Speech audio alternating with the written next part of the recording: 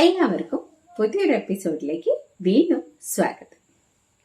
ഇന്ന് നമ്മളിവിടെ പറയാൻ പോകുന്നത് കർമ്മക്കാരക്കാണ് അല്ലെ. കഴിഞ്ഞ ക്ലാസ്സിൽ നമ്മൾ കർത്താക്കാരക്ക് കഴിഞ്ഞു, റൈറ്റ്? കർത്തന്റെ കൂടി ഏതായിരുന്നു വിഭക്തി ചിഹ്നം? നേ ആയിരുന്നു. ഇന്ന് നമ്മളിവിടെ കർമ്മക്കാരക്കാണ് അല്ലെ. जस संज्ञा या सर्वनाम पर क्रिया का प्रभाव पड़े. ഒരു നൗണ് ഇല്ലെങ്കിൽ പ്രോണൗണ് അല്ലെ, അത് എന്തിന്റെ മുകളിലേക്കാണ് അതിന്റെ പ്രഭാവം ഉണ്ടാവുക?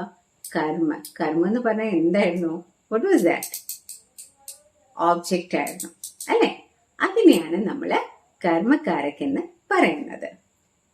दूसरे शब्दों में वाक्य में क्रिया का फल जिस शब्द पर पड़ता है उसे कर्मकारक कहते हैं.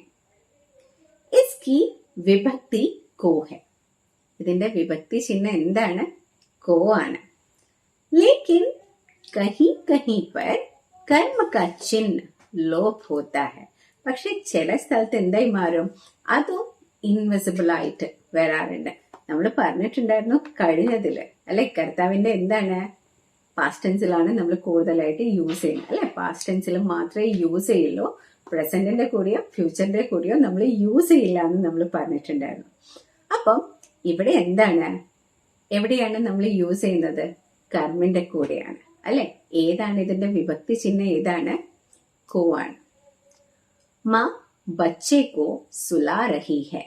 അമ്മ കൊച്ചിനെ ഓർക്കുകയാണ്, റൈറ്റ്? അപ്പൊ ഇവിടെ എന്താ? മാ എന്ന് പറഞ്ഞ സബ്ജക്റ്റ് ആയി, ബച്ചേക്കോ അല്ലെ. കുട്ടിയാണ് ഇവിടെ ആരായിട്ട് വരുന്നത്? ഓബ്ജക്റ്റ് ആയിട്ട് വരുന്നത്. അപ്പം എന്തിന്റെ കൂടെയല്ല? കർത്തന്റെ കൂടെയല്ല. എന്തിന്റെ കൂടെയാണ് വിഭക്തി ചിഹ്നം വന്നത്? ഓബ്ജക്റ്റിന്റെ കൂടെയാണ് വിഭക്തി ചിഹ്നം വന്നിരിക്കുന്നത് അല്ലെ. സുലാ രഹി എന്ന് പറഞ്ഞാൽ എന്താണ്? ഓർക്കുകയാണ്. That is action.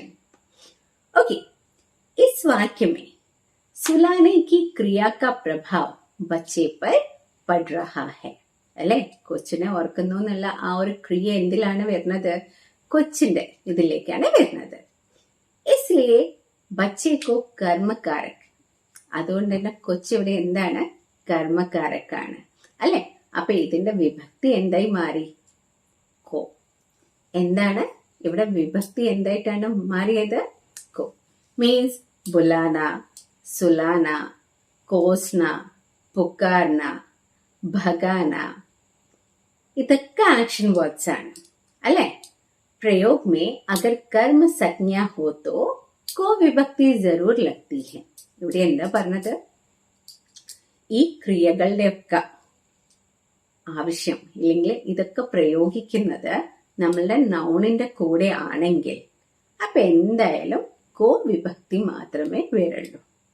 Okay. For example, अध्यापक छात्र को मारता है. अध्यापक छात्र को मारता है. അധ്യാപിക ഇവിടെ നൗണാണ്, ഛാത്ര ഇവിടെ നൗണാണ്. പക്ഷെ അധ്യാപക എന്തായിട്ട് മാറി? കർത്തക്കാരക്കായിട്ട് മാറി അല്ലെ. ഇവിടെ ഛാത്രാണ് എന്തായിട്ട് മാറിയത്? കർമ്മായിട്ട് മാറിയത്. ശരിയല്ലേ? അതുകൊണ്ട് എന്താണ്? കർമ്മിന്റെ കൂടെ കോ വിഭക്തി വരുന്നു അല്ലെ. കേസ് വരുന്നുണ്ട് ഇവിടെ. ദെൻ मैंने उसको मारा था. ഞാൻ അവനെ അടിച്ചിട്ടുണ്ടായിരുന്നു. അവിടെ ഉസ് എന്ന് പറയുന്നത് എന്താ? സർവനാമാണ്. ശരിയല്ലേ? അപ്പം നമ്മൾ ആദ്യമേ പറഞ്ഞു, നൗൺ ഇല്ലെങ്കിൽ പ്രോനൗൺ വരുന്ന സമയത്ത് അതെന്താണ്? കർമ്മം ഓബ്ജക്റ്റ് ആയിട്ട് വരികയാണെങ്കിൽ അതിന്റെ കൂടെ എന്തായാലും എന്ത് വരും? കോ പ്രത്യയം എപ്പോഴും വന്നിരിക്കും, റൈറ്റ്? അപ്പൊ എന്തായിരുന്നു कर्मकारक എന്ന് പറഞ്ഞാൽ എന്തായിരുന്നു? जिस संज्ञा या सर्वनाम पर क्रिया का प्रभाव पड़े उसे कर्मकारक कहते हैं. और कर्मकारक के साथ को विभक्ति का प्रयोग होता है അല്ലെ. എന്ത് വിഭക്തിയാണ് വരാറ്? കോ വിഭക്തിയാണ് വരാറ്.